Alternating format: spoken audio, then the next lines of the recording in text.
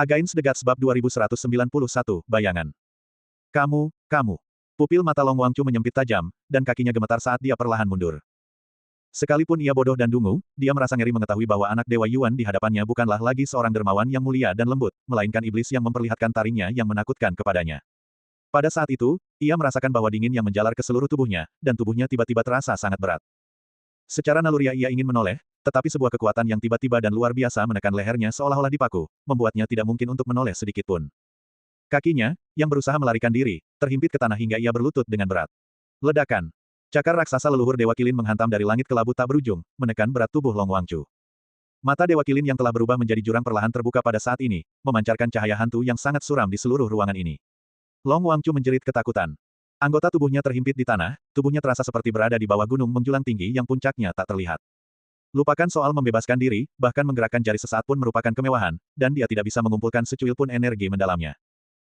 Dengan kekuatan dahsyat Dewa Kilin Jurang, lupakan kultivasi Long Wangchu yang hanya berada di tingkat 8 alam guru ilahi, bahkan di tingkat 8 alam kepunahan ilahi, tidak akan ada kemungkinan untuk melarikan diri di bawah beban yang menghancurkan itu. Seandainya Long Wangchu tidak menahan kekuatannya secara maksimal di bawah kendali Yun Ce, tubuhnya, meskipun 100 kali lebih kuat, akan hancur menjadi serpihan abu-abu. Mimpi buruk yang kelam memenuhi jiwa naganya. Long Wangchu, yang sejak lahir hidup dalam sanjungan dan dukungan seluruh klannya, mengalami ketakutan sejati untuk pertama kalinya. Padahal beberapa saat sebelumnya, yang akan ia sambut adalah mimpi yang indah. Di pupil matanya yang gemetar dan hampir meledak, ia melihat Yun Ce mendekat selangkah demi selangkah. Langkah-langkah itu ringan dan lambat, tetapi setiap langkah membuat jantungnya berdebar kencang, dan rasa takut di dalam jiwanya seperti mimpi buruk yang mengejutkan, tumbuh tak terkendali saat ia semakin dekat. Akhirnya, langkah Yun Ce terhenti. Dia perlahan berjongkok, menatap pria yang tergeletak di tanah seperti cacing daging. Yuan, anak Dewa Yuan. Bibir Long Wangchu bergetar seperti sekam, suaranya begitu gemetar hingga hampir tak terdengar, ini pasti. Mimpi jatuh kerajaan ilahi penenun mimpimu. Ini mimpi. Sebuah ujian. Untuk jiwa nagaku. Dalam keadaan yang sangat konyol dan ketakutan, ia seolah meyakinkan dirinya sendiri, berpegangan erat pada harapan yang telah ia ciptakan sendiri. Mulutnya yang gemetar hebat memaksakan senyum yang sangat buruk terbuka, aku bisa menanggungnya. Aku adalah Tuan Muda Klan Naga. Yun Ce menatapnya dengan acuh tak acuh, tanpa secercah cahaya pun di matanya. Ketika kebencian dan amarah mencapai puncaknya, untuk sesaat, dia bahkan tidak bisa memikirkan cara kejam apa yang harus digunakan untuk merebut kembali apa yang telah hilang, untuk melampiaskan amarahnya. Dia perlahan mengangkat tangannya, 5 jarinya melengkung sedikit, lalu tiba-tiba mengayunkan tangannya ke bawah. Ledakan. Wah! 5 jari menusuk daging Long Wangchu seperti pisau tumpul yang kejam, menancap ke tulang naganya. Darah naga berceceran, disertai jeritan yang memilukan, namun hal itu tidak menimbulkan riak emosi sedikit pun di wajah Yun Ce, bahkan tidak ada momen luapan kesenangan sedikit pun. Engah! Yun Ce mengangkat kelima jarinya, serpihan daging dan tulang berhamburan. Di tengah jeritan tajam di telinganya, dia menatap darah naga yang menodai telapak tangannya, setiap tetesnya begitu hina, begitu kotor. Aku, Yun Ce, dilindungi oleh Dewa Leluhur dan mewarisi warisan Dewa Pencipta dan Kaisar Iblis. Hanya dalam 20 tahun, aku menggulingkan tatanan dunia dan menjadi kaisar di era ini. Ia berbicara dengan lembut, setiap kata mengandung kebanggaan unik yang tak seorang pun bisa meniru, namun saat ini, di mulutnya terdengar begitu muram dan sedih. Sen Siku. Satu-satunya putri naga Azure Purba, satu-satunya murid Dewa Pencipta Kehidupan, mutiara ajaib yang tersisa dari zaman para dewa. Putri kami, setiap tetes darahnya begitu mulia. Hehehe, hahaha. Ia mulai tertawa, tawa yang tak berujung serak, tak berujung tragis, dipenuhi ejekan yang menyedihkan. Mengejek dirinya sendiri, mengejek takdir. Sebenarnya untuk orang hina sepertimu. Sebenarnya, Yuan, anak dewa, kamu. Long Wangchu tidak mengerti apa yang dikatakan Yun Ce. Dia berusaha sekuat tenaga untuk mengeluarkan suara, namun dia tidak tahu bahwa mimpi buruk yang mengerikan ini hanyalah permulaan yang sangat tidak berarti. Api iblis bencana abadi menyala di telapak tangan Yun Ce, seketika membakar darah naga yang kotor, lalu telapak tangannya yang membara tiba-tiba menekan ke bawah. Wahahaha. Jeritan tragis hampir merobek langit kelabu, begitu tajam hingga terasa seolah-olah 10.000 jarum besi merah panas menusuk secara bersamaan dari tenggorokan Long Wangchu, masing-masing terbungkus darah naga yang menghitam karena api iblis bencana abadi. Rasa sakit yang membakar jiwa dari api iblis bencana abadi tak tertahankan bahkan bagi para setengah dewa, apalagi bagi Long Wangchu yang lemah kemauannya. Jeritannya seperti lolongan putus asa para iblis di api penyucian, bergema jauh dan luas di dunia dengan debu jurang yang tebal ini, namun anehnya, jeritan itu tidak memancing raungan dari binatang-binatang jurang. Seolah-olah tempat ini adalah neraka kejam yang hanya ada untuknya. Daging dan tulang naga berubah menjadi hitam hangus di bawah kobaran api hitam, lalu dengan cepat lenyap menjadi ketiadaan sama sekali. Jeritan Long Wangchu semakin tragis dengan setiap tangisannya, wajahnya terdistorsi seperti hantu jahat, bola matanya yang merah hampir meledak, setiap persendian di tubuhnya terkilir dan kejang-kejang hebat, setiap inci kulitnya berkedut dan bergetar, seolah-olah 10.000 belatung berkerumun liar di dalamnya. Di bawah daging dan tulang naga yang telah lenyap, organ dalam yang lengkap secara bertahap muncul. Pada saat ini, Yun Ce mengayunkan tangannya, dan api iblis yang hitam pekat berubah menjadi cahaya suci putih murni, menyelimutinya dengan kekuatan kehidupan yang melimpah. Teriakan itu akhirnya mereda sedikit demi sedikit. Long Wangchu terengah-engah, tetapi setiap kali bernapas, sejumlah besar busa darah keluar dari tenggorokannya yang robek. Ah, wuh. Dia mengeluarkan serangkaian suara serak dan aneh. Setelah sekian lama, akhirnya dia bisa berbicara kembali. Ampuni. Aku. Jangan bunuh aku. Membunuhmu. Yun Ce tersenyum tipis, seolah-olah kembali menunjukkan sikap lembut dan anggunnya sebagai putra ilahi. Apa yang kau katakan, saudara Wangchu? Bagaimana mungkin aku membunuhmu? Akulah orang di dunia ini yang paling tidak menginginkan kematianmu. Kalimat ini kembali memberi Long Wangchu yang terperangkap dalam jurang penderitaan dan ketakutan secercah harapan, dan dugaannya terkonfirmasi dengan cara yang paling nyata, memang. Ini memang mimpi. Sebuah ujian. Dia mengerahkan seluruh kekuatannya untuk percaya bahwa semuanya hanyalah mimpi, tetapi rasa takutnya tidak berkurang sedikitpun. Dia menjerit, tidak. Aku tidak menginginkannya lagi. Apapun sumsum naga atau jiwa naga. Aku tidak menginginkan semua itu. Aku mohon kepada anak Dewa Yuan untuk membiarkanku pergi. Biarkan aku pergi. Lengkungan bibir Yun Ce sedikit lebih melengkung. Tatapannya yang menunduk sama sekali bukan seperti menatap seorang tuan muda klan naga yang masih hidup, melainkan seekor binatang buas yang menyedihkan yang akan dipotong menjadi 1000 bagian. Saudara Wangchu, mengapa terburu-buru? Kamu telah lama hidup dalam terang. Waktu yang kau habiskan untuk hidup dalam kegelapan mencari kematian ini tentu saja akan sama lamanya. Dia mengetuk jarinya dengan ringan. Ledakan. Ledakan dahsyat menggema dari tubuh Long Wangchu. Tulang punggung naganya hancur dalam sekejap, dan kemudian kekuatan kejam itu mengalir ke seluruh tubuhnya seperti arus deras yang tak kenal ampun. Di tengah ledakan dahsyat yang tak terhitung jumlahnya yang saling tumpang tindih, setiap tulang naga hancur menjadi debu, dan setiap inci urat naganya terkoyak. Wah! Jeritan yang baru saja berhenti sejenak ini kembali menggema di langit yang gelap, bahkan lebih tragis dan menyayat hati dari sebelumnya. Yun Ce menyipitkan matanya, mengamati, mendengarkan. Dia ingin tahu sudah berapa tahun dan seberapa sering binatang buas di bawah telapak tangannya ini meminta esensi darah dari Yun Si, tetapi dia tidak pernah mampu memaksakan diri untuk bertanya. Setelah berkali-kali berjalan di ambang kematian, dengan kemauan yang begitu kuat hingga membuat pendeta ilahi agung takjub, dia sebenarnya sangat takut dengan jawaban itu. Dengan tulang naga yang hancur dan tendon yang putus, Long Wangchu telah sepenuhnya berubah menjadi genangan lumpur hidup. Keringat dari seluruh tubuhnya memercik dan mengepul seperti air terjun, dan darah naga yang mengalir balik sedikit demi sedikit menjadi kental, mengeluarkan bau yang menjijikkan. Namun ia masih memiliki kelima indera yang berfungsi penuh, mampu merasakan dengan jelas 10.000 lapisan siksaan api penyucian yang ditimpakan padanya, mampu mendengar dengan jelas bisikan iblis di telinganya. Dasar binatang menjijikkan. Bahkan jika semua darah kotor dari seluruh klanmu dikuras, itu tidak akan sebanding dengan sehelai rambut pun di kepala putriku. Beraninya kamu. Berani-beraninya kamu. Hehehe. Dia mulai tertawa, tawa yang sangat menusuk hati dan mengejek. Aku bersumpah untuk membalikkan segalanya di dunia ini, namun aku secara khusus mengecualikan klan naga, karena aku pernah benar-benar merasa berterima kasih kepada klan naga. Aku pernah dengan bodohnya berpikir klan naga memperlakukan putriku dengan baik, memberinya perlindungan dan tempat tinggal. Atas kebaikan seperti itu, jika sumsum naga dan jiwa nagaku benar-benar kau inginkan sebagai balasannya, aku sama sekali tidak akan ragu. Tapi kenapa? Kau begitu bodoh, begitu bodoh. Kepala Long Wangchu yang terkulai di tanah berusaha menyesuaikan pandangannya untuk melihat wajah Yun Ce. Ekspresinya, suaranya, kebenciannya. Semuanya tidak tampak palsu, semuanya tidak tampak seperti mimpi. Kamu, Suaranya seolah tak lagi keluar dari tenggorokannya, melainkan meronta-ronta dari kedalaman dadanya yang terkoyak, dari setiap serpihan jiwa yang hancur menjadi debu karena ketakutan. Aku, klan naga. Tidak pernah menyinggung, apalagi mengenal putrimu. Pasti salah paham. Selamatkan nyawaku. Klan naga akan memberimu apapun. Memberi aku sesuatu. Yun Ce mengangkat kelima jarinya dan tertawa dingin. Jarang sekali, pikiranku dan pikiranmu, dasar binatang buas, benar-benar sejalan. Garis-garis merah di mata Long Wangchu membeku sesaat. Bagaimana mungkin aku mengecewakan keramahan tuan muda klan naga Anda? Segala sesuatu dari klan naga Anda akan kuterima tanpa meninggalkan sehelai rambut pun, termasuk setiap potongan tulang naga, setiap tetes darah naga. Senyum di wajahnya tak memudar, suaranya datar seperti hembusan angin, seolah sedang menggambarkan pemandangan yang sangat biasa. Kalau begitu, aku akan mengubah seluruh tubuh klan nagamu menjadi batu pijakan yang menjijikkan di bawah kakiku, dan menodai darah naga seluruh klanmu dengan dosa yang tak akan pernah bisa terhapus selamanya. Aku akan membuat seluruh klan nagamu punah dari dunia, lalu memakukanmu ke sudut sejarah abis yang paling busuk dan abadi. Kepala Long Wangchu berkedut seperti serangga yang sekarat. Dia belum pernah mendengar suara yang begitu menakutkan, kutukan yang begitu jahat. Setiap untaian jiwanya berkedut dan kusut. Rasa takut yang ekstrim bahkan melampaui rasa sakit fisik, membuatnya sulit untuk mengucapkan suara lengkap lainnya. Di tangan Yun Ce, muncul sebuah batu giok kecil. Ukurannya hanya sebesar ibu jari, berwarna hitam pekat dan tanpa cahaya. Jelas itu ada, namun anehnya tanpa aura apapun. Sekalipun dewa sejati ada di sini, kecuali pandangan mereka menyentuhnya, mereka sama sekali tidak akan mampu merasakan keberadaannya. Dia menyentuhkan batu giok hitam pekat itu ke arah Long Wangchu yang berkedut, berhenti sejenak. Seketika itu juga, cahaya hitam samar muncul di batu giok, lalu menghilang dalam sekejap. Batu giok itu ditarik kembali, dan disentuhkan ke dirinya sendiri. Pada saat ini, mata Long Wangchu tiba-tiba melebar, bahkan untuk sesaat, ia melupakan perlawanannya. Karena indera spiritualnya yang tersisa benar-benar merasakan aura paling familiar di dunia ini dari Yun Ce di hadapannya, aura yang mustahil untuk disalahartikan. Aura naganya sendiri. Setelah menyimpan batu pembalik jurang, senyum kejam di wajah Yun Ce pun perlahan menghilang, seperti lapisan es tipis yang mengapung di permukaan air, diam-diam ditelan oleh arus bawah yang bergejolak dari bawah. Kalian pasti juga sudah mendengar bahwa 3 bulan lalu, aku pernah menjalani hukuman menggerogoti kesengsaraan di Tanah Suci. Itu memang siksaan yang sangat menyakitkan. Namun, saat menjalaninya, aku tidak mendapatkan keuntungan apapun.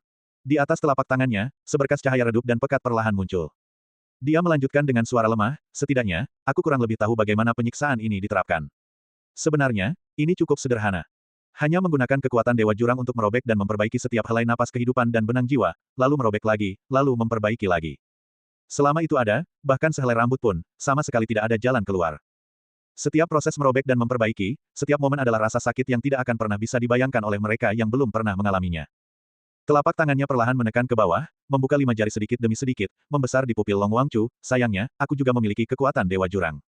Sisa tubuh Long Wangchu yang patah tulangnya mulai bergetar hebat. Betapapun dangkalnya pengetahuannya, dia pasti pernah mendengar nama penyiksaan paling kejam di dunia abis ini. Saat telapak tangan Yun Ce semakin mendekat, tubuhnya sudah memucat seperti mayat, seolah-olah benar-benar tanpa darah. Tidak perlu takut. Yun Ce menghibur dengan penuh belas kasihan, hukuman menggerogoti kesengsaraan tidak pernah merenggut nyawa seseorang. Namun, ku dengar para penjahat di Tanah Suci yang menanggung hukuman menggerogoti kesengsaraan kebanyakan memilih untuk mengakhiri hidup mereka demi menghindari rasa sakit. Cek-cek, sungguh terlalu kejam. Namun, saudara Wangchu sama sekali tidak perlu khawatir, karena aku jauh lebih penyayang daripada Tanah Suci. Aku sama sekali tidak akan memberi saudara Wangchu kesempatan untuk mengakhiri hidupnya. Meskipun tulang dan tendonnya patah, tubuh Long Wangchu justru bergetar lebih hebat lagi. Itu adalah jiwa ketakutan yang tak berujung yang merobek dan menghantam dagingnya dalam upaya untuk melarikan diri. Aku juga akan menjaga agar kamu tetap hidup dan sehat, setidaknya sampai hari di mana kamu, ayah dan anak, bersatu kembali. Saat suara itu berhenti, cahaya kuning pucat yang dalam melesat keluar dari telapak tangan Yun Ce, berubah menjadi jarum-jarum cahaya tak terhitung jumlahnya sehalus rambut yang langsung jatuh ke sisa tubuh Long Wangchu, seketika mengalir dari anggota tubuh dan tulangnya, mencapai seluruh daging, rambut, darah dan tulang, meridian, sumsum tulang, jiwa. Tubuh Long Wangchu langsung kaku, lalu jeritan memilukan yang menghancurkan hati dan jiwa meletus dari tenggorokannya yang robek. Rasa sakit yang luar biasa, gatal yang luar biasa, panas yang membakar jiwa, dingin yang menusuk tulang. Semua siksaan ekstrim yang dapat dan tidak dapat dibayangkan oleh makhluk hidup meledak dengan dahsyat di tubuh Long Wangchu. Pembuluh darahnya pecah satu persatu, dan tubuhnya di bawah injakan Dewa Kilin tampak ditarik secara kacau oleh 10.000 tangan, membuat dagingnya bergetar hebat. Wah! Jeritannya sejak saat pertama saja sudah cukup tragis untuk membuat hantu jahat ketakutan dan iblis malam meratap. Jauh di dalam lautan jiwa Yun Ce, Li Su menghela napas sangat pelan. Yun Ce tidak pernah merendahkan diri dengan menindas yang lemah, apalagi menyiksa yang lemah. Namun saat ini, meskipun itu berarti kehilangan harga diri, meskipun itu berarti mengotori tangannya, dia akan menggunakan cara yang paling kejam untuk secara pribadi menyiksa tuan muda klan naga ini yang, di matanya, hanya layak disebut sebagai sampah masyarakat. Wahahaha. Ahahaha. Jeritan tanpa henti itu bukan lagi suara manusia atau naga. Itu seperti perwujudan rasa sakit yang luar biasa. Yun Ce perlahan bangkit. Dia menyipitkan matanya ke arah genangan daging busuk yang menyedihkan itu, mendengarkan jeritan pilunya, tak mampu merasakan secercah rasa iba atau kasihan di hatinya. Nikmatilah perlahan, Tuan Muda Klan Naga. Ia berkata dengan acuh tak acuh, kamu seharusnya berterima kasih kepada ayahmu dengan sepatutnya. Jika bukan karena dia, apakah makhluk rendahan sepertimu pantas menikmati hukuman menggerogoti kesengsaraan ini? Ahahaha. Ia kejang-kejang hebat, berteriak histeris, air mata dan darah mengalir di matanya. Ia tak mampu mengucapkan sepatah kata pun. Bahkan untuk memohon belas kasihan, bahkan untuk mengakhiri hidupnya sendiri. Tawa yang sangat samar terdengar dari keheningan di belakang, namun dengan mudah tertelan oleh jeritan Long Wangchu yang memilukan jiwa. Tawa itu tampak seperti ejekan sesaat. Sosok Yun Ce melesat secepat kilat. Debu jurang yang pekat tidak dapat menghalangi indera spiritual dan wujudnya. Dalam sekejap ia berada 10 mil jauhnya, dan di antara 5 jarinya yang terkepal erat terdapat tenggorokan hantu jurang. Mata hantu jurang berkilat dengan cahaya aneh, dan dari tenggorokannya yang remuk, keluar suara aneh seperti tawa dingin. Ini tampak seperti seorang praktisi ulung yang belum lama mengalami transformasi jurang maut, jubah tebal di tubuhnya belum sepenuhnya ditelan. Yun Ce mengayunkan lengannya, melemparkan hantu jurang jauh-jauh, lalu menghela napas pelan. Baru saja, dengan amarah yang memenuhi jiwanya dan kebencian yang meluap, dia malah membiarkan hantu jurang itu mendekat hingga jarak 10 li. Karena berhati-hati, indera spiritual luarnya tidak langsung menarik diri, melainkan fokus pada pemindaian ruang di sekitarnya. Setelah beberapa tarikan napas, dia menarik indera spiritualnya dan kembali ke tempat Dewa Kilin jurang berada. Dan tepat saat dia berbalik, 10 langkah jauhnya, di balik bagian kayu gelap, sesosok bayangan berjalan pergi tanpa suara dengan membelakanginya. Sangat dekat, hanya 10 langkah. Namun Yun Ce tidak menyadarinya sama sekali. Dia kemudian berjalan pergi perlahan dan tanpa terburu-buru dari jarak yang begitu dekat. Yun Ce sama sekali tidak menoleh ke belakang. Seolah-olah, itu adalah bayangan hantu tanpa napas atau jiwa. Bab 2192, Ukiran Giok. Di atas tanah suci, di puncak awan Eden. Pendeta ilahi 10.000 jalan berjalan santai, tangannya terlipat di belakang punggung, dan jubah polosnya berkibar tertiup angin saat ia melangkah di atas awan dan kabut. Namanya Wandao, karena ia mengolah semua jalan dan menikmati semua jalan. Di dunianya, tidak ada tinggi atau rendah, tidak ada baik atau jahat, tidak ada khayalan atau amarah, tidak ada kesedihan atau kegembiraan, hanya apa yang ia inginkan dan apa yang tidak ia inginkan. Di depan, sesosok tinggi perlahan mendekat. Sosok ini tingginya hampir 10 kaki, namun aura mengesankan yang dipancarkannya bahkan tidak dapat ditandingi oleh sebagian kecil pun dari gunung setinggi 10.000 kaki, menyebabkan pendeta ilahi Wandao menghentikan langkahnya. Saat keduanya saling berhadapan, awan, kabut, dan angin yang berhembus di puncak awan Eden membeku sepenuhnya, seolah-olah ruang dan waktu telah disegel. Wandao.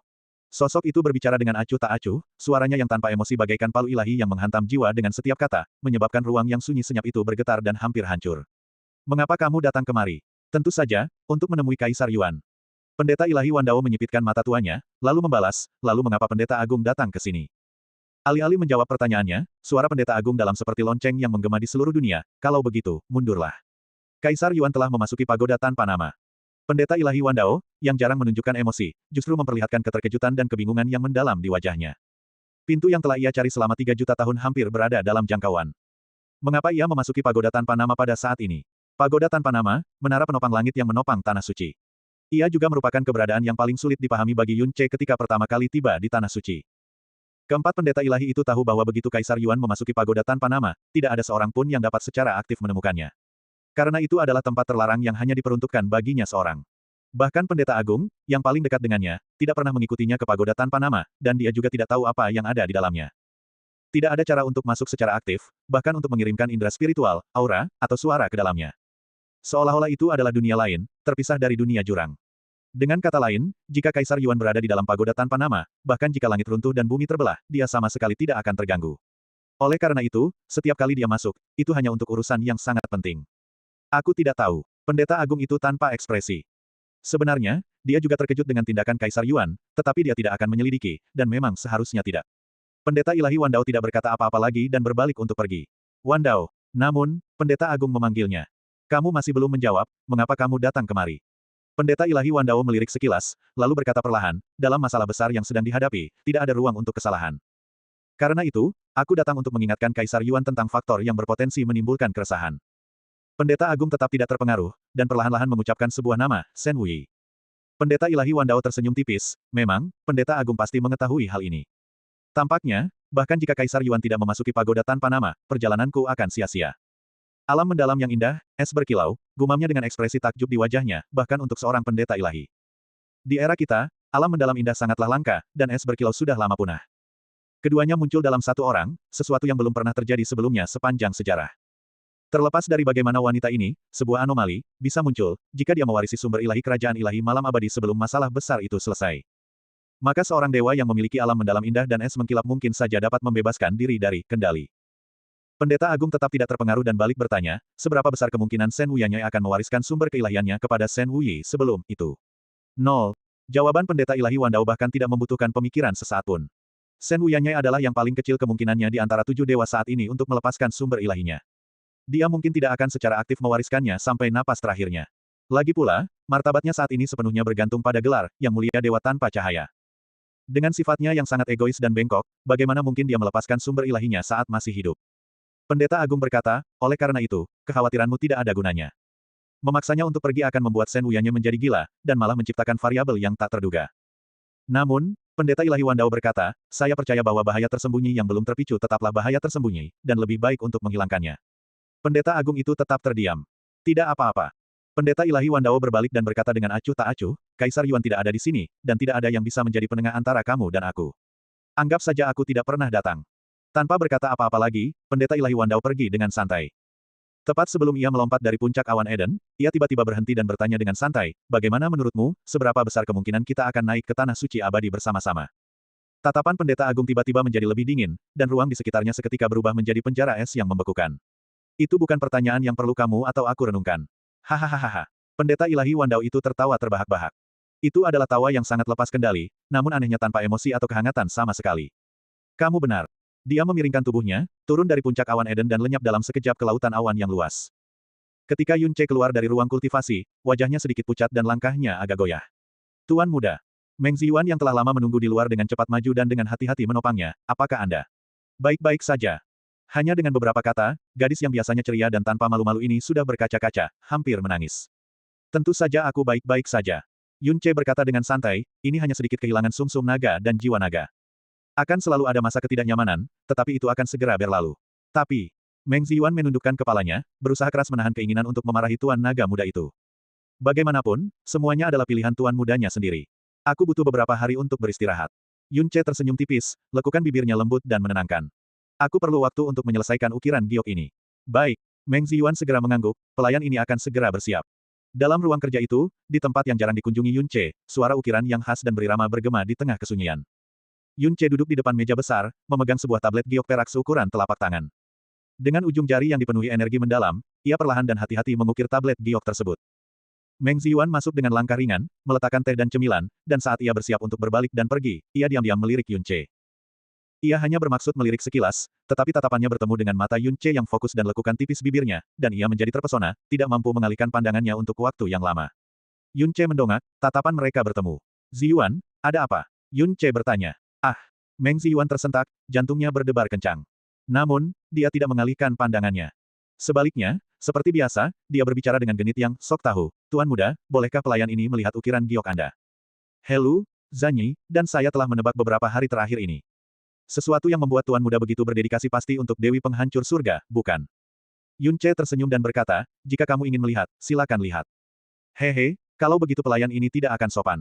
Meng Ziyuan hampir melompat ke sisi Yun Ce. Saat ia mencondongkan tubuhnya, rambut panjangnya yang harum seolah sengaja atau tidak sengaja menyentuh bahu Yun Ce. Saat melihat tablet giok di tangan Yun Ce, dia langsung berseru kaget, oh. Ini, Yang Mulia Dewa. Energi mendalam di ujung jarinya berhenti mengukir. Yun Ce berkata menggoda, kamu terdengar sangat kecewa. Tentu saja. Tidak. Meng Ziyuan dengan cepat membantah, kupikir. Ah, aku tahu.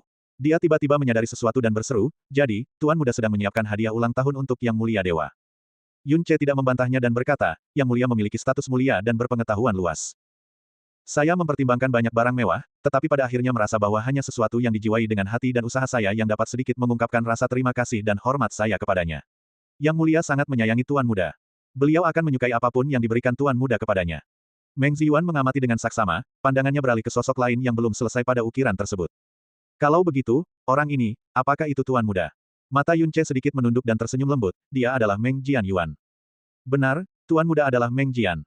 Oh, Meng Ziyuan langsung menyadari sesuatu, dan berkedip, saya mengerti. Tuan Muda selalu merasa bersalah karena tidak dapat memulihkan ingatannya, tidak dapat mengenali nama dan identitas Meng Jianyuan, dan masih belum bisa benar-benar memanggil Yang Mulia Dewa dengan sebutan, Ayah Dewa. Jadi, ukiran giok Tuan Muda dipersembahkan dengan identitas, Meng Jianyuan, yang tidak dapat Anda ingat, sekaligus mengungkapkan perasaan dan rasa bersalah Anda sendiri. Yun Ce mengalihkan pandangannya, menatap dalam-dalam gadis di sampingnya dan menghela napas pelan, Ziyuan, kamu benar-benar tak tertandingi dalam kebijaksanaan. Apa yang baru saja kamu katakan sangat sesuai dengan pemikiranku. Mata gadis itu yang berbinar-binar bagaikan air tenang yang diterangi cahaya bulan, dengan jelas mencerminkan wajahnya. Dan juga mengungkapkan kesedihan di hatinya secara detail. Terima kasih atas pujiannya, Tuan Muda. Meng Ziyuan tersenyum bahagia, wajah cantiknya sedikit memerah, lalu dengan lembut membaca dua baris teks yang terukir jelas di bawah lempengan giok itu. Setelah melihat jurang dalam mimpi, seseorang harus melambung ke langit dalam kehidupan. Banyak orang di kerajaan ilahi penenun mimpi mengetahui 8 karakter ini. Karakter-karakter inilah yang menjadi makna di balik pemberian nama, Meng Jianyuan, kepada putra ilahi penenun mimpi oleh Meng Kongchan. Menatap jurang yang dalam, aku berdoa kepada surga agar memberkati ayahku dengan kedamaian abadi. Meng Ziyuan tersenyum senang, Yang Mulia akan sangat gembira melihat kata, ayah ini. Tawanya bahkan mungkin akan terdengar hingga melampaui kerajaan ini. Tapi, menatap jurang, berdoa kepada langit. Mengapa? Menatap jurang. Menatap jurang maut. Wajar saja karena Meng Jianyuan sudah mati, selamanya berada di jurang kematian yang tak bernyawa. Ukiran giok ini adalah hadiah ulang tahunnya untuk ayahnya, atas nama almarhum Meng Jianyuan. Yun Ce menyembunyikan kilatan aneh di matanya, dan menjelaskan sambil tersenyum, disinilah kita berada, yaitu dunia jurang maut. Kata-kata, menatap jurang maut, mengacu pada memandang segala sesuatu di langit dan bumi, berdoa memohon berkat dan kedamaian untuk ayah. Jadi begitu. Bagi Meng Ziyuan, tentu saja, apapun yang dikatakan tuan mudanya adalah benar. Mata indahnya berbinar-binar, saya percaya semua hal di langit dan bumi di dunia jurang kita dapat dengan jelas memahami niat tuan muda. Yun Ce tersenyum tanpa berkata-kata, jarinya tanpa sadar menyentuh ukiran giok, berhenti pada karakter, ayah, yang meskipun paling sederhana, membutuhkan waktu paling lama untuk diukir. Ziyuan, dia tiba-tiba berkata, pergi beritahu Zanyi dan Helu serta yang lainnya, kalian akan mendapat cuti bebas selama 3 bulan ke depan. Kalian boleh pulang untuk mengunjungi dan menemani orang tua serta keluarga kalian, atau pergi ke tempat manapun yang kalian inginkan. Kalian tidak perlu lagi menjadi pelayan di sini. Napas gadis itu tersengal-sengal. Wajahnya yang selalu ceria seketika berubah pucat pasi, seolah-olah ia tiba-tiba menerima guncangan yang tak tertahankan. Yun Ce menghela napas dalam hati, tetapi hanya bisa menjelaskan dengan pasrah, karena selama beberapa bulan ke depan, aku harus berada di kerajaan ilahi penghancur surga. Ekspresi terkejutnya langsung sirna.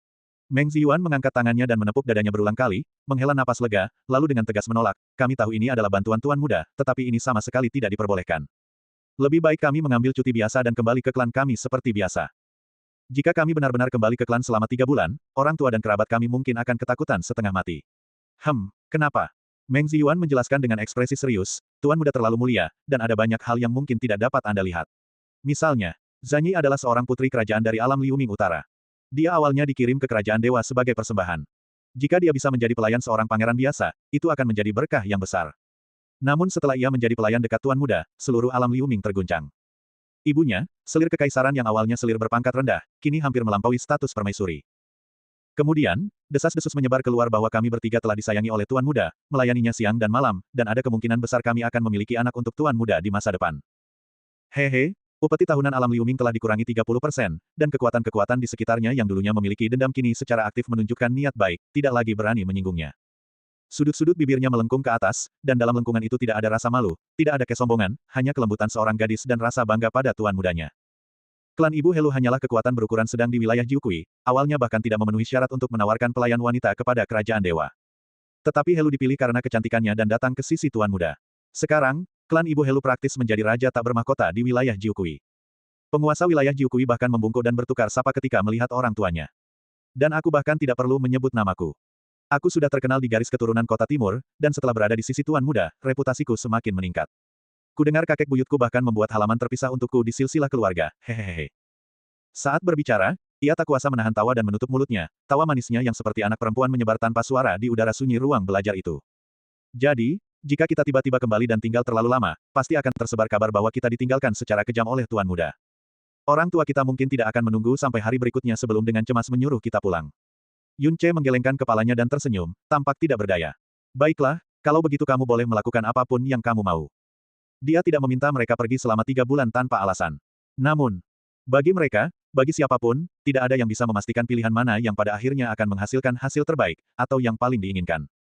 Dia menundukkan pandangannya, ujung jarinya sekali lagi memadatkan energi yang mendalam, melanjutkan mengukir lempengan giok di tangannya. Meng Ziyuan yang tidak diusir, itu diam-diam tetap berada di sisinya, matanya yang indah mengikuti garis-garis yang perlahan ia ukir, lalu pada suatu titik, tatapannya beralih ke wajahnya, dan kemudian tidak bisa mengalihkan pandangannya. Kerajaan ilahi penenun mimpi, paviliun yang mulia dewa. Yuaner. Dari kejauhan, Meng Kongchan sudah merasakan aura Yun Ce yang agak goyah. Ia telah menghentikan apa yang sedang dilakukannya lebih awal, mengamati Yun Ce mendekat dengan hormat. Ia tidak menanyakan tentang masalah klan naga, juga tidak menghela napas tentang apakah itu sepadan. Sebaliknya, ia tersenyum dan berkata, sepertinya kamu telah memenuhi sebuah keinginan. Itu sangat bagus. Setelah Yun Ce membungkuk dan memberi salam, dia langsung menyatakan tujuannya, setelah berpisah di Tanah Suci terakhir kali, aku berjanji pada Caili bahwa aku akan mengunjunginya di kerajaan penghancur surga dalam waktu 3 bulan. Sekarang 3 bulan hampir berakhir, aku berharap. Oh, hahaha. Meng Kongchan tertawa penuh arti, jadi begitu. Kamu memang berjanji 3 bulan, tidak salah. Kamu harus pergi, kamu harus pergi. Aku akan menyuruh seseorang menyiapkan hadiah segera. Tidak kurang untuk Caili, dan untuk Hua Fusen dan King. Bibimu juga, semuanya tidak boleh ketinggalan. Yun Ce mendongak dan dengan hormat berkata, junior ini tidak datang untuk melaporkan rencana perjalanan saya, melainkan. Saya berharap senior dapat menemani saya. Dengan semakin dekatnya Tanah Suci Abadi, Meng Kongchan saat ini disibukkan dengan berbagai urusan dan merasa sulit untuk pergi.